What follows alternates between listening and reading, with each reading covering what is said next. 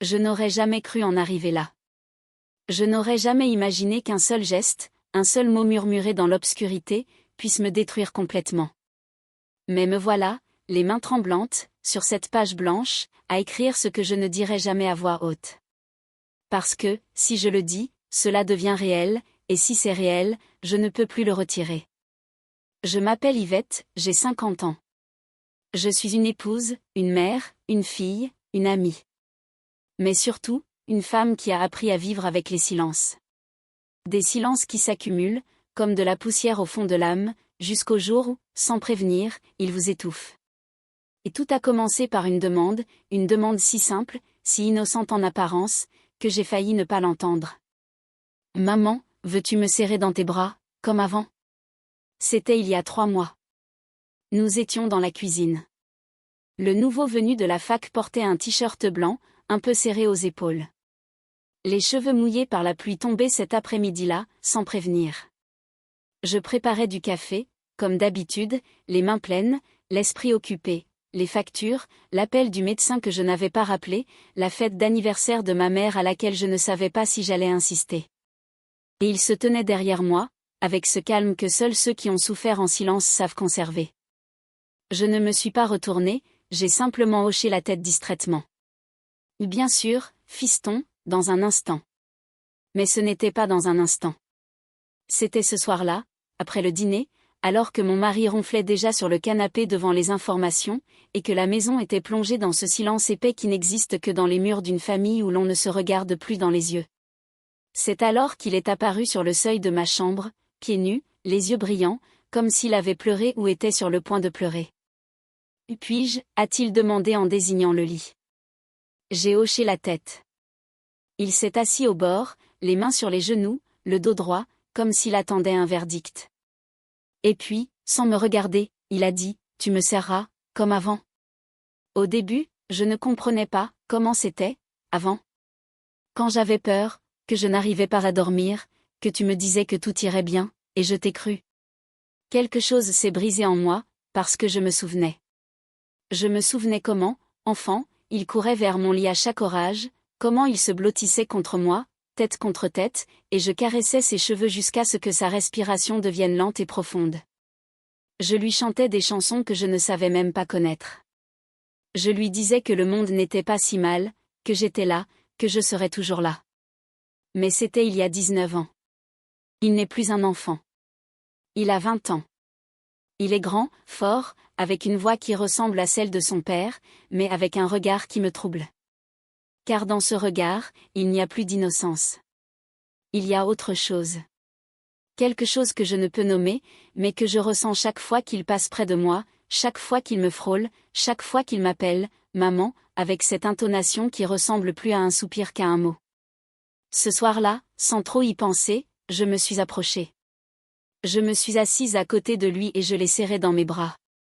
Pas comme une mère serre son fils, pas comme une femme serre un homme.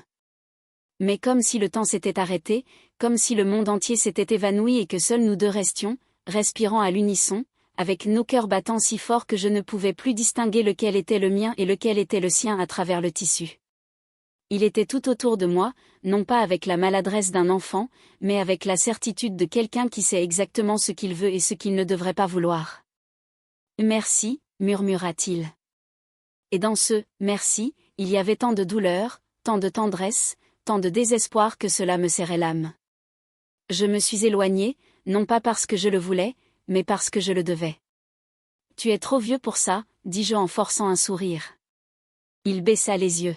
« Ce n'est pas par peur, maman, c'est à cause de toi. » Je ne savais pas quoi dire, alors j'ai fait semblant de ne pas comprendre. Mais je comprenais.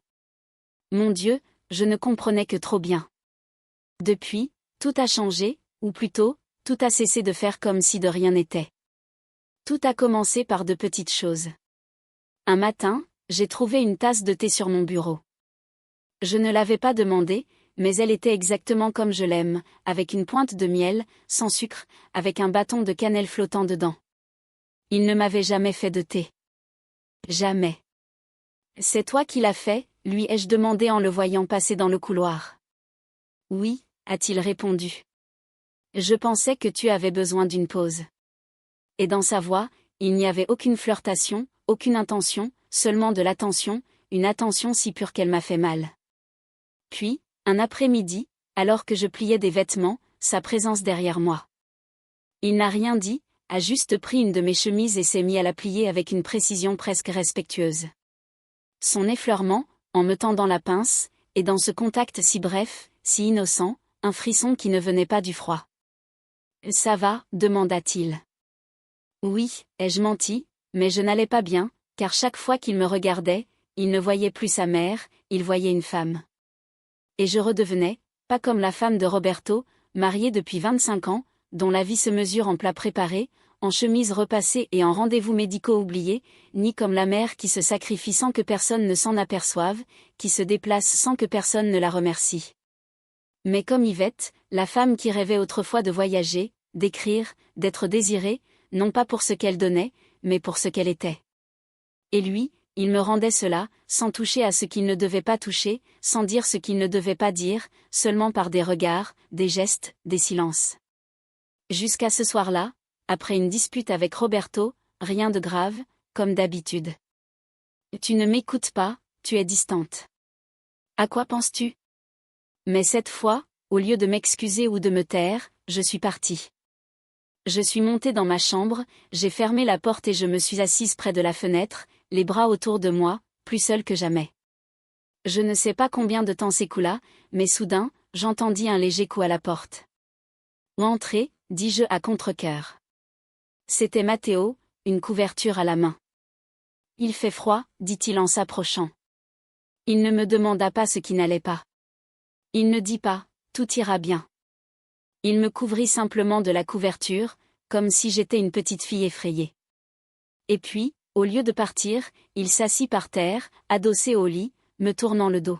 « Tu n'as pas à être seule », dit-il au bout d'un moment.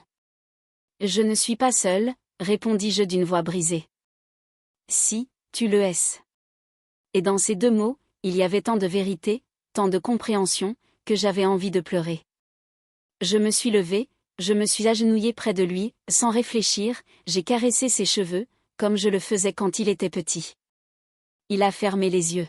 « Et n'arrête pas de faire ça », a-t-il murmuré. « Pourquoi ? » « Parce que, quand tu fais ça, j'ai encore le droit d'être aimée. » Je l'ai regardé, et à cet instant, j'ai vu quelque chose qui m'a glacé le sang. Ce n'était ni du désir, ni une obsession. C'était de l'amour. Un amour pur, dévastateur, impossible et totalement réel. « Matteo », ai-je commencé, la gorge sèche. « Ne dis rien », m'a-t-il interrompu en ouvrant les yeux. « Reste comme ça, un instant. » Et je suis restée, parce que, pour la première fois depuis des années, je n'étais ni usée, ni invisible, ni épuisée. J'étais vue. Mais ce moment, cet instant de paix, était aussi le début de la fin. Car le lendemain, j'ai trouvé une lettre dans mon sac. Il n'y avait pas d'enveloppe, juste une feuille de papier pliée en 4, avec mon nom écrit de sa main. Je l'ai lu dans la salle de bain, porte fermée, le cœur battant à tout rompre. Il disait: « Maman, je ne sais pas comment dire ça sans paraître fou, mais je ne peux plus prétendre que ce que je ressens n'est que l'amour d'un fils. Ce n'est pas le cas. Ça ne l'a jamais été. Je t'aime, pas comme on aime une mère. Je t'aime comme on aime la seule femme qui ait jamais été là, inconditionnellement belle, forte, même quand tu ne le vois pas toi-même. Je ne te demande rien. Juste que tu saches que, pour moi, tu es tout. Et si cela me condamne, qu'il en soit ainsi. » J'ai laissé tomber la lettre, me suis regardée dans le miroir, et pour la première fois depuis longtemps, je n'ai pas reconnu la femme qui me regardait. Car je ne savais plus qui elle était, la mère, l'épouse, ou la femme qui, au fond d'elle-même, avait commencé à rendre un amour sans nom, mais avec un visage. Et puis, au milieu de la culpabilité, quelque chose à laquelle je ne m'attendais pas, un soulagement, comme si enfin quelqu'un avait dit à voix haute ce que j'avais gardé sous silence. Je n'ai pas brûlé la lettre. Je ne l'ai pas déchirée. Je ne l'ai pas cachée au fond d'un tiroir, comme si c'était une honte, quelque chose que je devais enterrer avant que quelqu'un d'autre ne le voie. Je l'ai gardée, entre les pages d'un livre que je ne lis plus, Les Vagues de Virginia Woolf, un cadeau de ma mère pour mes 30 ans, parce que, les femmes ont trop besoin de mots qui les comprennent, me disait-elle. Je n'ai jamais su si elle le disait par intuition ou par expérience. Pendant des jours, j'ai fait comme si de rien n'était. J'ai pris le petit déjeuner avec Roberto. J'ai repassé ses chemises. Je l'ai interrogé sur son travail. J'ai souri quand j'aurais dû sourire. Je me suis tue quand j'aurais dû me taire. Mais à l'intérieur, c'était le chaos. Je l'attendais toute ma vie. Et le pire, ce n'était pas ce qu'il ressentait. Le pire, c'était que je le comprenais. Un après-midi, alors que je faisais la vaisselle, je l'ai aperçu depuis la fenêtre du patio. Il était assis dans le vieux rocking chair en bois que son grand-père utilisait. Il écrivait, un carnet à la main. Le soleil brillait de son côté, illuminant les contours de son visage, la ligne ferme de sa mâchoire, la façon dont il fronçait légèrement les sourcils lorsqu'il se concentrait. Il était beau. Non pas comme un fils est beau pour sa mère, mais comme un homme est beau pour une femme qui le regarde sans filtre. Je me suis retournée, j'ai fermé les yeux et je me suis demandé, depuis quand? Depuis quand avais-je cessé de le voir comme mon fils? Était-ce quand il a eu 18 ans et qu'il a commencé à me regarder avec cette intensité silencieuse? Était-ce après la mort de ma sœur, quand c'était lui qui m'avait tenue dans ses bras toute la nuit, tandis que je pleurais inconsolablement? Ou bien avant, dans ces moments où, sans le savoir, nos âmes s'étaient déjà reconnues comme plus que mère et fils? Cette nuit-là, Roberto me toucha, non pas avec passion, mais avec habitude. Une main sur ma taille, un murmure. C'est vrai? J'acquiesçai, car c'était ce à quoi je m'attendais, car c'était ce que j'avais fait pendant 20 ans. Mais en cherchant le mien, je fermai les yeux et ne vis pas son visage. Je vis celui de Matteo. Je m'écartai. Pas aujourd'hui, dis-je d'une voix plus froide que je ne l'aurais voulu. Roberto resta immobile un instant, puis hocha la tête, se retourna et éteignit la lumière. Il n'y eut aucun reproche, aucune question, juste le silence. Et dans ce silence, je perdais encore plus quelque chose avec mon mari. J'étais à court d'excuses pour continuer à faire comme si tout allait bien. Le lendemain, Matteo ne vint pas prendre son petit déjeuner. Sa chambre était vide, le lit fait avec une précision quasi militaire. Sur le bureau, un verre à moitié rempli d'eau et un livre ouvert, l'amant de Marguerite Duras. Mon cœur s'arrêta. L'avait-il lu? Avait-il choisi ce livre exprès?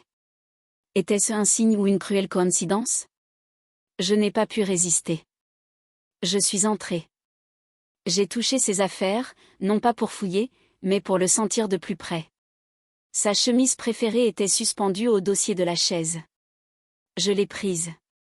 Elle sentait son odeur, celle du bois, celle du savon neutre, quelque chose d'indéfinissable que lui seul possédait. Je l'ai portée à mon visage, et dans ce geste si interdit, j'ai su que je ne pourrais jamais revenir en arrière. Parce que ce n'était pas seulement qu'il m'aimait d'une manière qui ne lui était pas due. C'était aussi que je ne pouvais plus l'aimer comme une mère.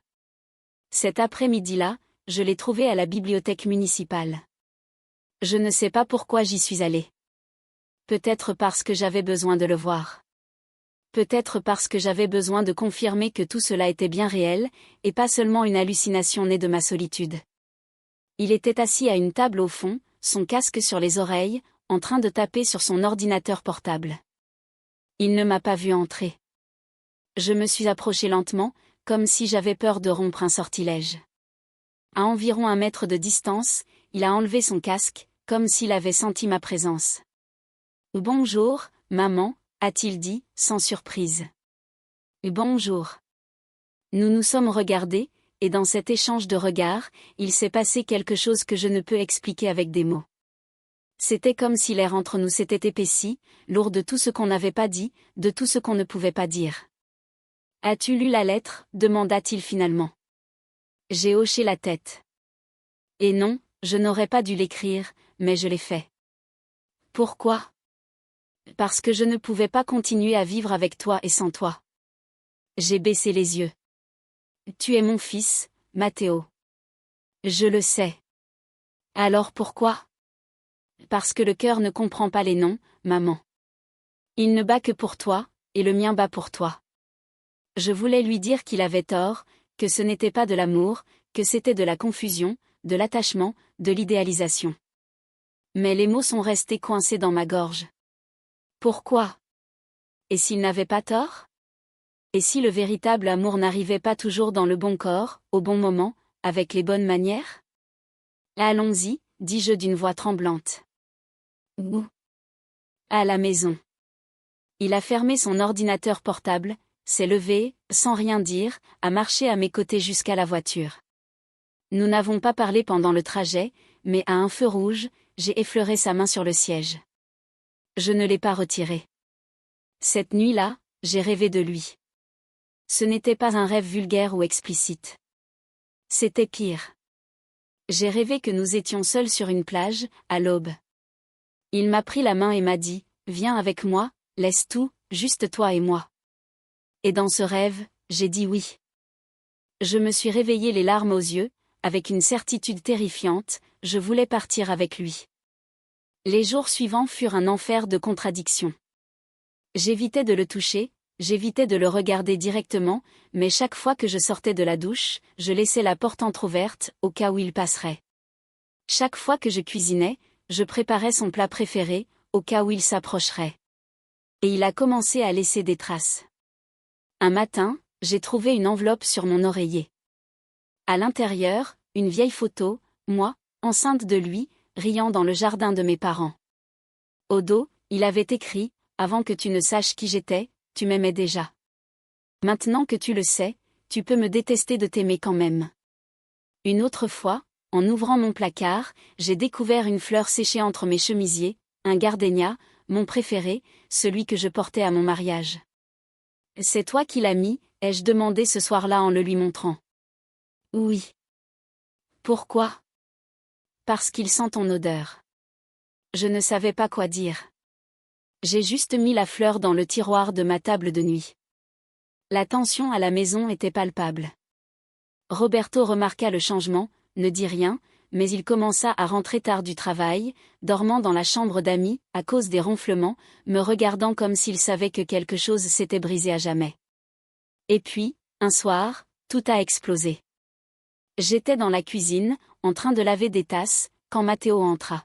« J'ai besoin de te parler, dit-il. »« Non, pas maintenant. »« Oui, maintenant. » Il s'est approché, trop près.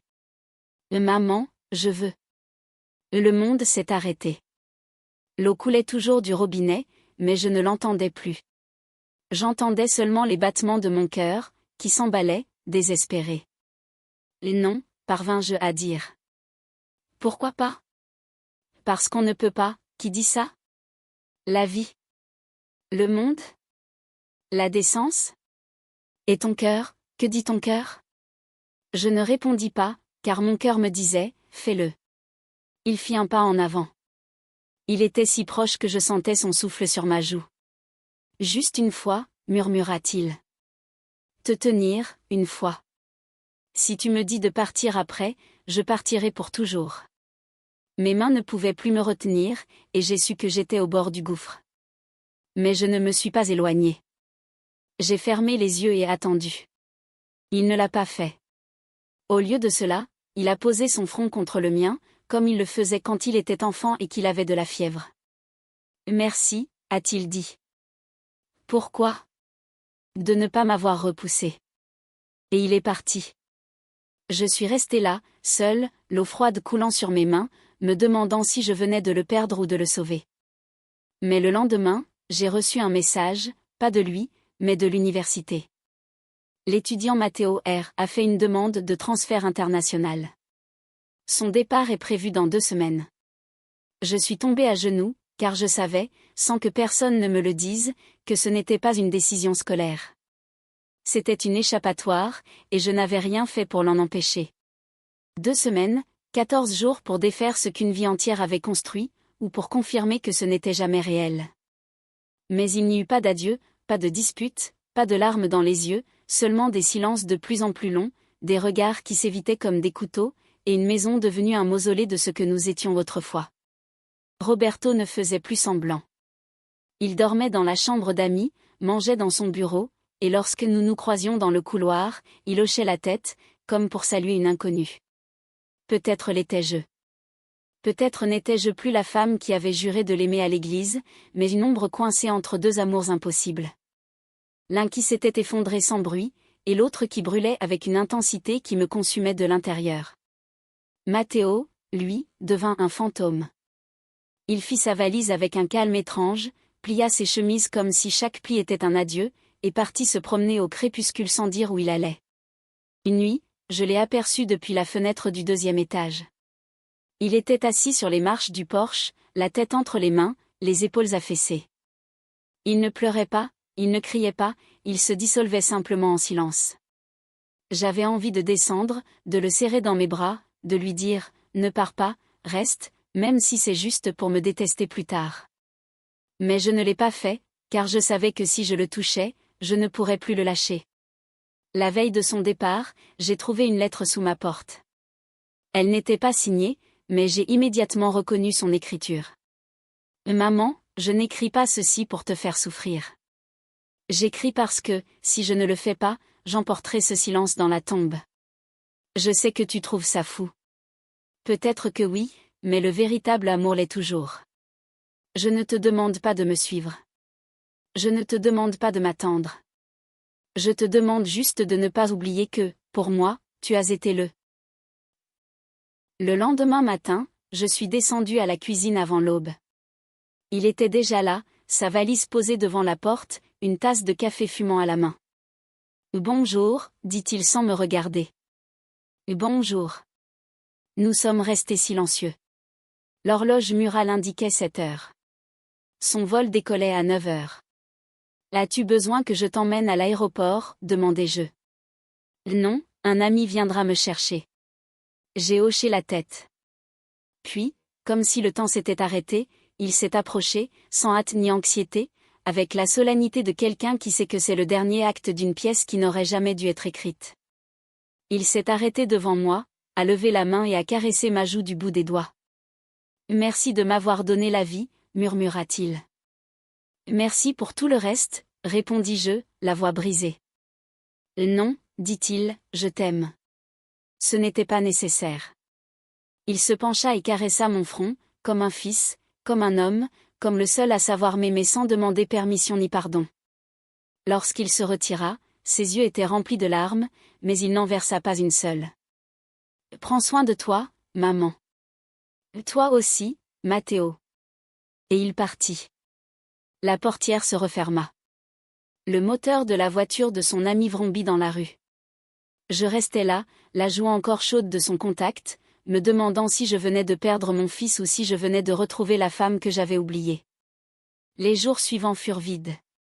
La maison sentait l'absence. Chaque recoin résonnait de lui, le livre qu'il avait laissé sur le canapé, le verre de jus de fruits sur la table, le parfum qui flottait encore sur son oreiller. Roberto et moi ne parlions pas. Ce n'était pas nécessaire. Il savait, peut-être pas tout, mais suffisamment. Un après-midi, alors que je rangeais son armoire, j'ai trouvé quelque chose au fond d'un tiroir, une petite boîte en bois. À l'intérieur, il y avait des photos, des lettres, un ruban bleu que je portais le jour de sa naissance, et un enregistrement sur une vieille cassette audio. Je l'ai mis dans le lecteur que je gardais encore dans le bureau. Au début, juste des parasites, puis sa voix, celle de Matteo, mais plus jeune. 15 ans, peut-être. Aujourd'hui, maman m'a serré dans ses bras après mon échec en maths.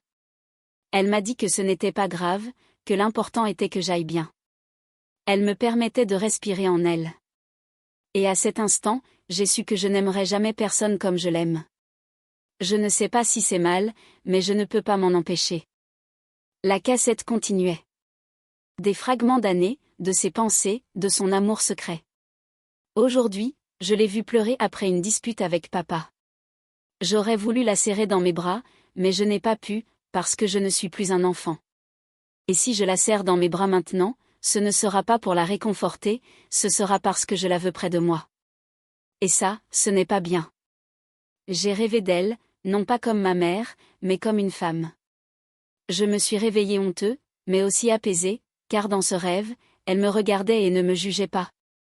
Et si un jour elle lit ceci, j'espère qu'elle comprendra que ce n'était pas un caprice. C'était l'amour le plus sincère que j'ai jamais connu. Et même si je ne le dis jamais à voix haute, elle sera toujours à moi. J'ai éteint le magnétophone. Je me suis assise par terre, et pour la première fois depuis son départ, je n'ai pas pleuré, car j'ai compris quelque chose que je refusais de voir. Ce n'était pas un péché, c'était une vérité. Une vérité si humaine, si douloureuse, si belle, que ni la morale, ni la société, ni le temps ne pouvaient l'effacer. Aujourd'hui, des mois plus tard, je continue d'écrire, non pas pour me justifier, ni pour demander pardon, mais pour dire que l'amour ne vient pas toujours avec l'homme idéal, dans un corps qui convient, avec une histoire sans tache. Parfois, l'amour se présente sous la forme d'un fils qui vous regarde comme si vous étiez son seul phare dans sa tempête. Parfois, il se présente sous la forme d'une mère qui, sans le savoir, devient le refuge d'un homme qui ne sait pas aimer le monde, mais qui sait l'aimer. Je ne sais pas si Matteo reviendra. Je ne sais pas si Roberto et moi parviendrons à reconstruire ce qui a été brisé. Mais je sais une chose avec une certitude absolue, je ne regretterai jamais de l'avoir aimé. Car à ses yeux, pour la première fois depuis des années, je me suis vue, non pas comme une épouse, ni comme une mère, mais comme Yvette, la femme qui, malgré tout, a encore le droit d'être aimée, même si cet amour n'a pas de nom. Et si cela me condamne, qu'il en soit ainsi. Car, dans l'obscurité de mes nuits les plus solitaires, je ferme les yeux, et il est là, non pas comme un souvenir, mais comme une présence. Et je murmure, si doucement que même le vent ne l'entend pas, je t'aime, Matteo, non pas comme ta mère, mais comme la femme qui, pendant un instant interdit, s'est laissée aimer inconditionnellement. Et je sais que, où que tu sois,